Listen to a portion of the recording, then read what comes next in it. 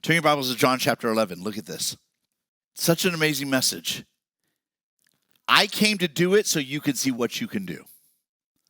And you could do everything you see me do if you're willing to take the risk I'm willing to take.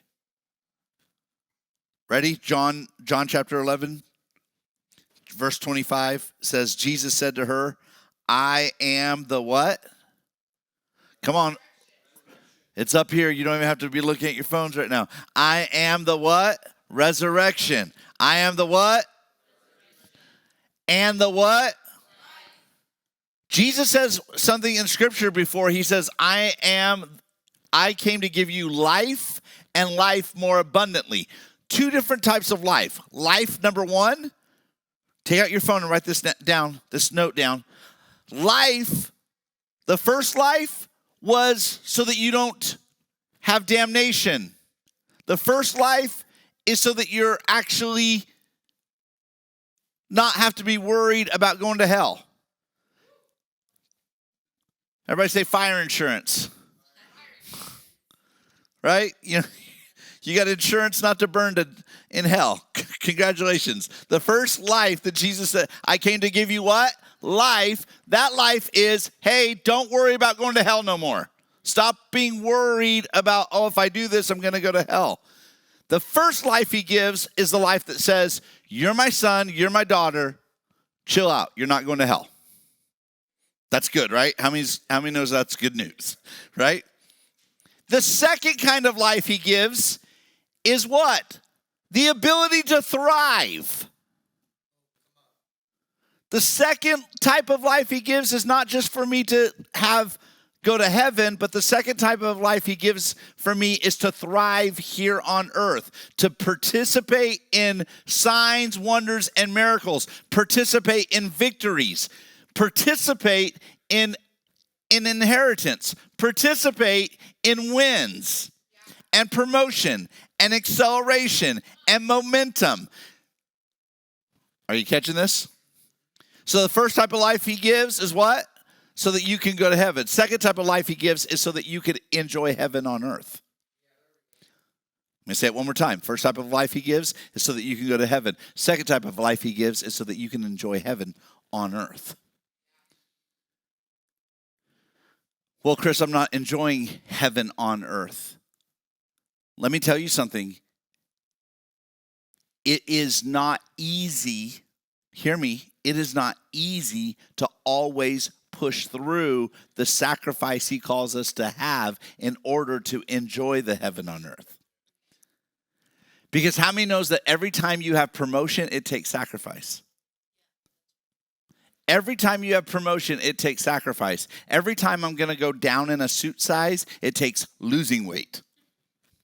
Have you ever seen a dress or a suit that you want? You're like, that looks not for me, right? You're like, oh, that's beautiful. That's sick. I want those. And then you're like, I don't fit that. And then it's like, or even as a dude, you're like, oh, I look great in that shirt. And then you look at your biceps, you're like, oh, I got some more work to do. Those pythons need to grow a little bit so that shirt stretches, right? I need that little curve more. How many knows that in order for you to have the look, I'm going to talk about this in the physical. How many knows for you to have the look in the physical, it takes you to do something in the natural that is a sacrifice in order for you to start manifesting that physical look, right? There's going to have to be a sacrifice. If you always do what you've always done, you'll always, ready? If you always do what you've always done, you'll always get what you've always got. So you're going to have to shift how you do some things. You're going to have to shift how you think about some things. You're going to have to shift. And Jesus could honestly say, I am the resurrection and the life, because he was willing to sacrifice the death. If you're not willing to sacrifice your life, if you're not willing to sacrifice yourself to death, you're not willing to walk an abundant life. I've had to be on literally on the edge where I'm like, God, I don't know what to do. And at the last moment, me and Lily had a moment last Sunday where she heard the Lord and I heard the Lord. She didn't say anything, and I said something at the last minute trying not to say something. Are you hearing me right now? Like, she didn't say anything, and did you hear the Lord? And then I came, and when I said it, what did you say? You're like, the Lord already told me. It's funny, God's talking to you, and God's talking to other people about what he's talking to you about, and you don't want to open your mouth, or you don't want to get up and do it, or you don't want to take that step because of the, what? Embarrassment, the shame, the sacrifice, the pride. Jesus went to a cross. And by the way, this isn't even my message this morning. The Lord spoke to me this morning and said, Chris, I'm calling you to pivot. I'm pivoting this morning. I had a different message. I don't even have notes on what God gave me this morning. As I started listening to the Lord said, I'm causing you to pivot this morning because what I want to share this morning, the Lord said, I want people to die. I'm like, well, that doesn't sound like a good message. Like, can you give me another message, God? He's like, no, because if they don't die, they'll never live. If they never die, they'll never live. I'm like, well, I don't want to preach on that, Jesus. I have a really nice sermon to preach on. It has all these little steps. It's going to help everybody out. We're going to have good little Easters. Lord's like, no, we're not just going to have good little Easter this morning. I want people to thrive. I want listen, your Father in heaven is wanting you to thrive. And in order for you to thrive, you must die. Oh, I almost pulled my gun out this morning. No, don't get my gun, because I'll use it. He is the resurrection and the life. But you will never know him as resurrection if you never die. Oh, come on. You didn't get this. He's the resurrection. When do you need a resurrector? The only time you need him to be a resurrector is when you're dead. You don't need it. Listen, when I say he's the resurrection and life, it's like, oh, okay, great. You know why? It's not anything powerful. Because you're not risking death. Why does this become powerful? Because you need to know the story. The story was Lazarus had died. And he died and Jesus didn't show up on time. How many knows that sometimes it doesn't feel like God shows up on time? How many knows we need God to show up on a Friday and Saturday comes and God never showed up?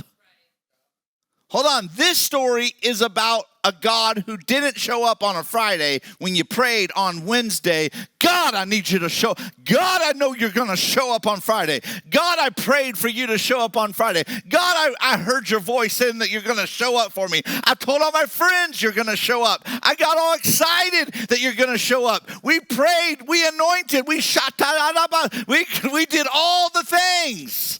So you'll show up on Friday. And guess what? Friday happens, it's 11:59, and all my friends are like, when's God going to show up?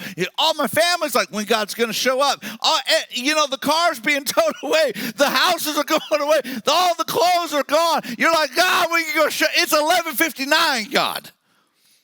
And 1 a.m. shows up, and you're like, yeah, you missed it, pup.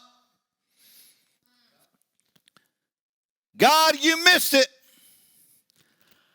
I needed you. I thought you were the one. You know what happens at that point? At the point of death is at the point that we decide to die or we decide to live.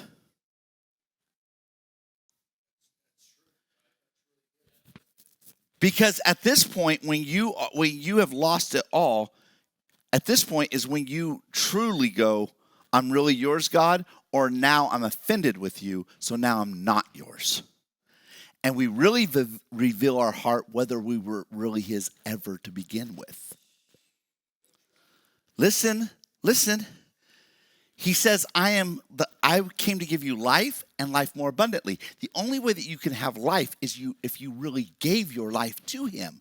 But if you don't really give your life to him, and the only time you're going to know that you really gave your life to him, listen, the only time you really know you gave your life to him is when you die, not when you're still living. Do you remember the story of Romeo and Juliet? That was a bad day. If you've never heard this story about Romeo and Juliet, these were two people who loved each other, right? But mom and dad on both sides are like, you ain't hooking up with them. They're the wrong family. We don't like them. We're mad at them. We hate them. They're Sureños. We're Norteños. They're Crips. We're Bloods. Listen. They're from the north. We're from the south. They're the Christian Irish. We're the Catholic Irish. They're the Jews. They're the Muslims. Are you hearing me? The story of Romeo and Juliet was they're the cowboys. We're the Indians. Are you hearing me? You don't listen. Whatever your little yin and yang gang is, it's always existed everywhere. Whatever you think the opposite, I would never do that. Listen, that story's already been written in another land. Everyone has that story. You're not special. Are you hearing me?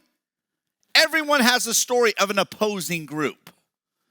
And Romeo and Juliet were two people who said, we don't care about the opposing group issues. We want to be in love. We want to come together. And you know what? Let's do it in such a way. And so they thought they would fake their deaths. But the message didn't get back to them how that would happen. It all got tangled up.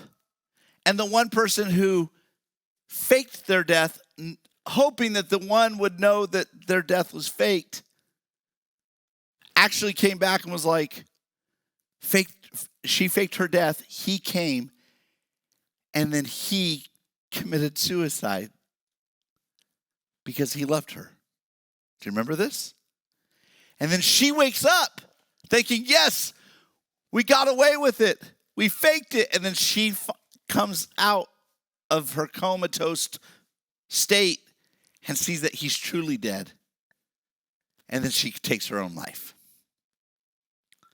It's a William Shakespeare, if you've never heard of it before. It's a William Shakespeare classic, Romeo and Juliet. Right? Sometimes you never know how much you truly love until you're willing to die. Jesus cannot be your... Chris, what are you saying right now about truly dying? Sometimes you're going to have to die to something before you get what you really want. Are you hearing me? Sometimes you have to die to something. Come on. Let's look at this. John 11:25. I am the resurrection and the life. He who believes in me will live even if he what? This one's hard. Chris, how am I going to live even if I die? Because guess what? You will get to the end of that Friday night, midnight issue, and on Saturday, when you thought you should be dead, when everything should be devastated, you'll find out you didn't die. You didn't have the expiration date that you told God that you had. God, if this doesn't happen right here, it's not going to work. And God goes, watch. You have limitations on what you think it's going to be about. I don't. And I'm calling you to live in a position without limitations. We keep giving God a timeline. We keep giving God a certain parameters, right? God, these are my parameters. You need to work this out. And God's like, oh, good. Please tell me all your parameters. Why? Because I'm going to push on those. You're going to give me 3 feet. I'm going to call you to 6 feet. Could you imagine God all I got to give you is 3 feet. Good, I'm calling you to 6 feet. God, and he is truly calling you to 6 feet. You know what 6 feet represents, right? The grave. It's 6 feet under, right? So everybody's like, oh, that's right, 6 feet. You'll give God 3 feet, God calls you 6 feet. God, I'll give you almost death. I'll give you a few shovels. But not full death, God, because if certain things don't happen, I don't believe that you'll take care of me. Listen, then we're not truly believing in God at all. Have you ever had someone that you saw a couple that just lived together, they weren't actually married because they weren't willing to get into the legal covenant? Oh, I'll marry you in we don't actually have to get a legal covenant. We'll just do. Why? So that they have an out. They're 1 foot in and 1 foot. What? 1 foot in, 1 foot? Okay, you're the only person who got it. 1 foot in and 1 foot out. That lack of commitment, God doesn't mess with that lack of commitment. In this Resurrection Sunday, you need to understand that Jesus was never halfway committed about you. Even if you never give your life all the way to him, he's already given his life all the way for you. Catch this. I'm trying to teach you something that you should be able to teach everyone in your household, because a lot of people are living life a little bit in, not all the way in. Mostly, I'm showing up. Showing up is not everything. How many knows? Have you ever seen someone that showed up and then they sat in the corner, just ticked off? You could tell they don't want to be. I'm here. Have you seen somebody where their facials and their expression, their body language is you're almost like, why'd you even show up? Have you ever been on the job? You know someone's in opposition with the vision of the company. You know they're in opposition. Are you hearing me? You can tell that they don't agree with the family. You can tell they don't agree with the business. You can tell they don't agree with the organization. I coached baseball, and there was this one kid whose dad wanted to coach baseball on the baseball team, and his dad was a terrible baseball coach. And he was not good with the kids, and he liked to scream and yell. And he asked me if he could coach, and I said no.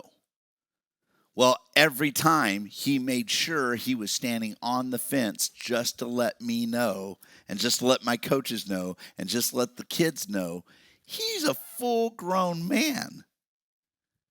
And just wanted to sit there and just like, hey, I'm even though you told me no, I'm going to show that I'm in direct offense with you. I'm in direct division with. I'm going to show, even though my kid's on your team, are you with me? I'm going to just, have you ever had people like that? Listen, I'm telling you, you're not going to get far in division. You can't live in a place of division with God and think that there's going to be momentum and acceleration. You know what I said about Jesus came to give life and life more abundantly? Hold on. Are you catching this? Jesus came to give what? Life. And life more abundantly. Okay, so life more abundantly, right? There is no abundant life. There is no abundant life in God if you don't first give your life to God. There is no full abundance, which means you're going to have to sacrifice your beliefs, your way of thinking, your emotions, your will. You're going to have to die to those things completely. Look at your neighbor and say, you're going to have to die. Come on, look at your neighbor. That guy's telling you, you're going to have to die. You're going to have to die. You're going to have to die. You're going to have to die. Okay, you're going to have to die. Josh, why are you picking on her? Leave her alone. What's going on? Josh is like, every day, let me get one in. You're going to have to die emotionally. You're going to have to die physically. What does physical look like? Maybe you have to get your food right. Maybe you got to get your exercise right. Maybe you're going to have to start getting up earlier or going to bed earlier or getting up later or going to bed late. I don't know what you're going to have to sacrifice. All I know is what the Lord told me to do. I went to the March Madness, right? I went to March Madness, watched the basketball game. I needed to be present. I couldn't just show up to the basketball game and be like, watching the basketball game, because I didn't, honestly, can I be very honest? I went to the Duke game. I like Duke. I wasn't really that excited about going to the Duke game. I wasn't that excited about being at that stadium. I wasn't that excited about the whole thing. But God put me in a position to be there. And if I'm going to be in a position to be there anyways, I might as well make $1 million. Yeah, come on.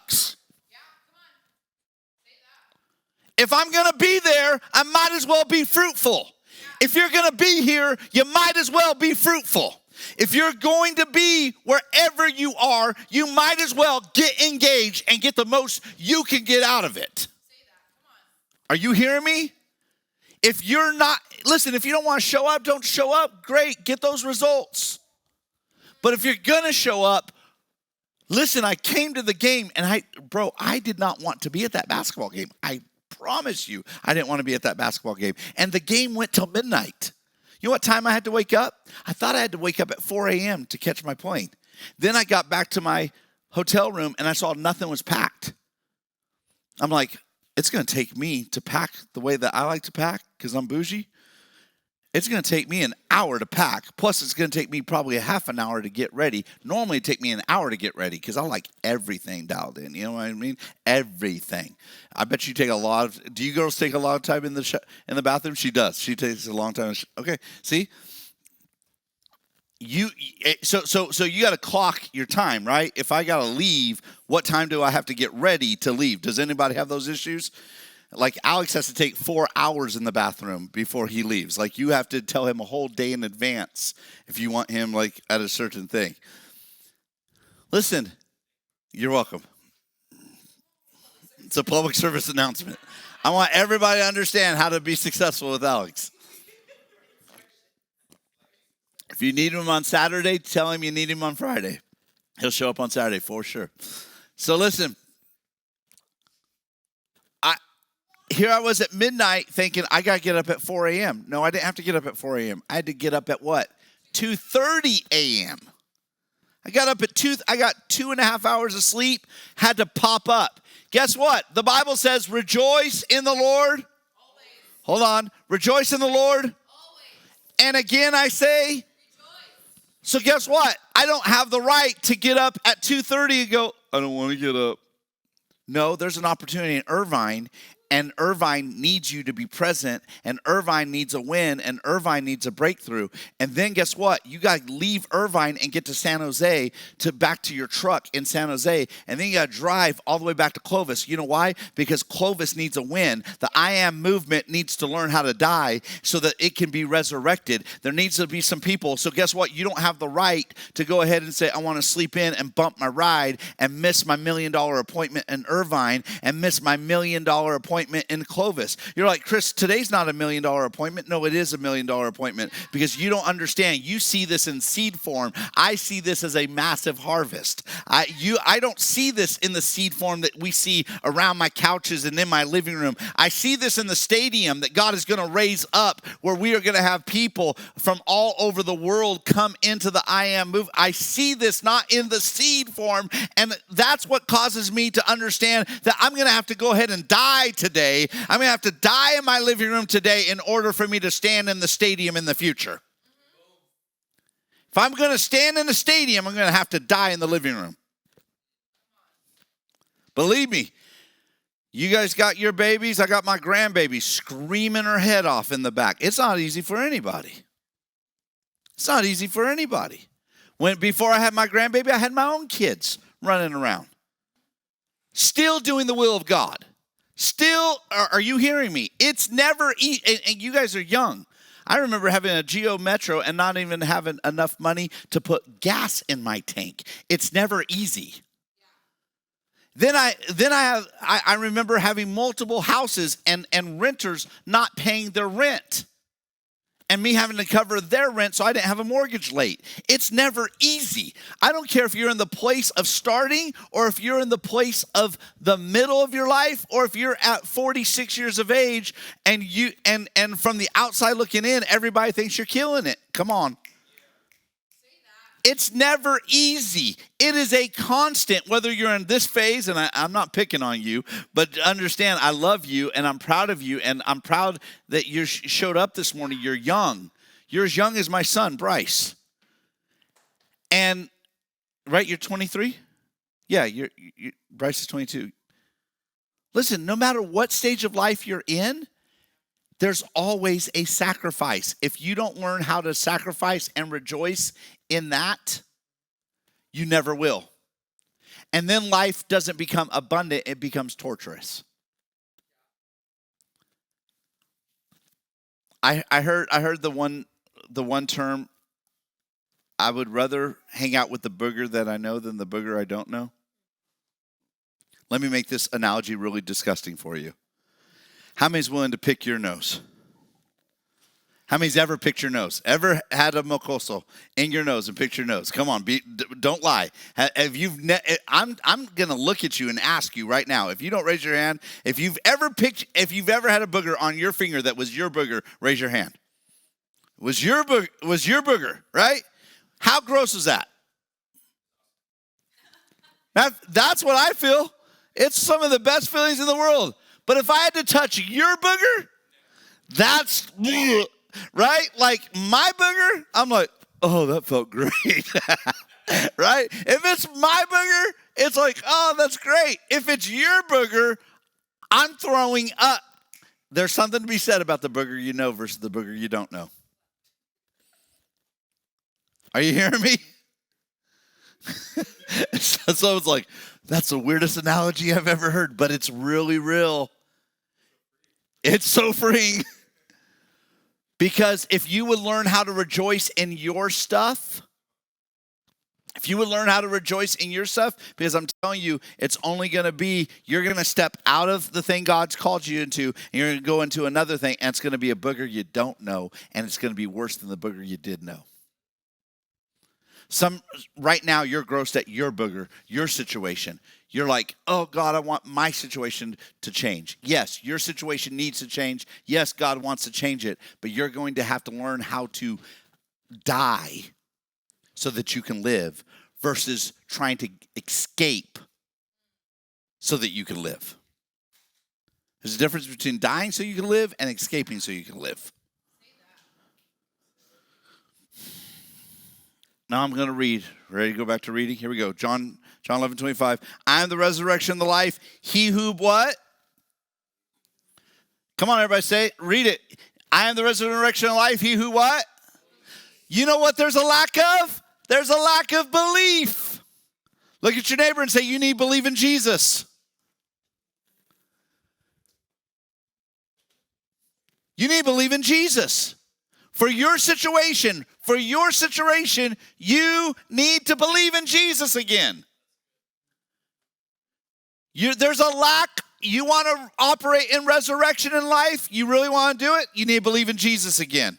Stop believing in your job. Stop believing in your psychology. Stop believing in your last TikTok video. You know what? By the way, I hate all those TikTok videos.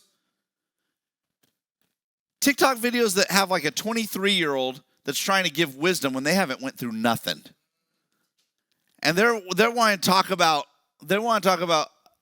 giving some philosophy, and women and men are like, oh my God, that is so good. That is so, and you're like, hold on, let me see who wrote that little poem. You go back, the dude is never shaved. You're like, you haven't been through crap. You're saying this philosophy when you've never, could you imagine going, I don't ever want someone to get me in shape that doesn't have a six-pack. I don't ever want to learn how to grow hair from a bald man. I don't ever want to lose weight from a fat man. But I will want to go to a guy who has been fat, lost weight, and looks amazing. But can I tell you something? A whole bunch of people on your Instagram and your TikToks and your Facebook have not been through anything, and they came up with something very poetic and and they know how to do graphics, and they know how to be an influencer. And can I tell you something? We are believing in the wrong things. How many knows that Jesus actually suffered the cross? Come on, somebody. Jesus actually paid a price. Jesus actually took the beating on his back. Jesus actually got spit upon. Jesus actually was rejected. Jesus was actually the popular minister. Jesus is actually the one who scaled. Jesus did it all. And yet we're not listening to Jesus. We're listening to a 25-year-old guy who's never went through anything. We're listening to a 28-year-old girl who has mommy issues or daddy issues. And we're listening to that. We're letting that be the thing that drives us. I took counseling about a year ago. I went to a psychologist counselor. You know what bugged the snot out of me? I sat in that room for an hour, and after 3 sessions, I was coming to her for her to get counseling from me. Instead of her helping, you know why? Because she had the degree. She had the degree, but she didn't have the revelation. She had the degree, but I could tell in her own life she had been through failed marriages. She had been through failed spirituality. Here she was, she has the office, she has all the clientele, and I'm not going to say her name. But here I am sitting in the counseling. I'm going, you need counseling. You shouldn't be giving counseling. People are paying her for counsel. And maybe she has a gift on her life to be a counselor, but she needs counseling. And you know what's terrible is we see someone's degree or we see someone's aesthetics or how successful their bank account is, and we think, oh, I'll go ahead and take it from her. You don't need someone else. You need Jesus. We have stopped believing in Jesus. We have found alternatives to Jesus. Are you hearing me right now? Your business needs Jesus. Your finances need Jesus. Your relationships need Jesus. I don't care what it is. Your strategy for ministry needs Jesus. Your strategy for humanitarian needs Jesus. It doesn't need all the other noise. Can I tell you something? Your life has other noise, and your life is not hearing the sound of heaven. Let me say it one more time. You need the sound of heaven, not the noise of hell. You need the sound of heaven. It's time to believe in Jesus again. If there's not another thing that I can say for Easter Sunday, he paid a price that nobody else has paid for you. Why aren't you focused on his words versus someone who hasn't paid a price for you but is asking you to pay a price to them? You'll give $10,000 to go watch Tony Robbins, and Jesus is like, I gave a lot more than $10,000 for you. I'm not asking you to bring $1, not even $1. Well, Chris, I gave my offering. God's not asking you for $1. God's wanting to bless you because every dollar you give puts you in a position for blessing. God doesn't need your money. God wants you to give your money because you need his blessing. Do you hear the difference? Do you hear the difference? I think I saw you sow some money today. I will tell you, God doesn't need your money. I don't need your money. The church doesn't need your money. You know what you got? You weren't giving God to pay you to bless you. You literally caused darkness to come off your life, and you released a blessing onto your own life. That's what you did. You released a blessing. Some of us want to pay to get someone's benefit when Jesus paid already for you. And he paid everything. How much did Jesus pay for you? Come on. How much did Jesus pay for you? Everything. Come on. I want to hear the whole room. How much did Jesus pay for you? Everything. The reason we're here today is he paid it all. So Jesus said to her, I am the resurrection and the life. He who believes in me will live even if he dies. And everyone who lives and believes in me will never die. And here's my close. Hold on. If you believe in Jesus, you will never die. I have a close, but I want to hit this before I hit my close. Hold on. What is Jesus saying? Jesus is saying, if you fully believe in me, it won't go wrong. When you need God to come in on a Friday and he doesn't come in on Saturday even, and he doesn't even come in on Sunday, but he ends up coming in on Monday, it will actually be better than if he came in on Friday. No, listen. If you need God to come in on a Friday and he doesn't even come in on Friday or Saturday or Sunday and God doesn't show up till Monday, if God doesn't show up, you know what?